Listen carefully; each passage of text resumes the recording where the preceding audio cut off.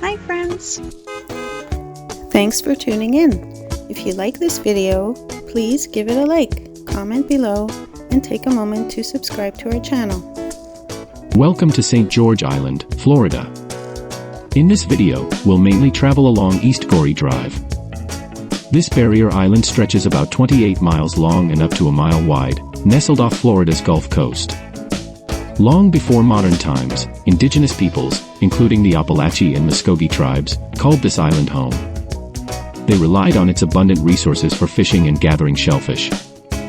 In the 16th century, Spanish explorers arrived, marking the beginning of European influence in the area. In the 19th century, the nearby town of Apalachicola became a bustling port, especially known for the cotton trade. St. George Island played a crucial role in protecting Apalachicola Bay, serving as a natural barrier against the open Gulf, which helped ensure safe harbor for ships. Thank you very much. During World War II, the island was used for training exercises by troops from nearby bases, adding a unique chapter to its history. Today, St. George Island is celebrated for its unspoiled landscapes. The island is home to the Dr. Julian G. Bruce St. George Island State Park, which offers 9 miles of pristine shoreline, dunes, and marshes. The island's commitment to preservation means there are no high-rise buildings, allowing visitors to fully appreciate its serene beaches and clear Gulf waters. Whether you're here for the rich history, the natural beauty, or simply a peaceful retreat, St. George Island offers a unique and welcoming experience.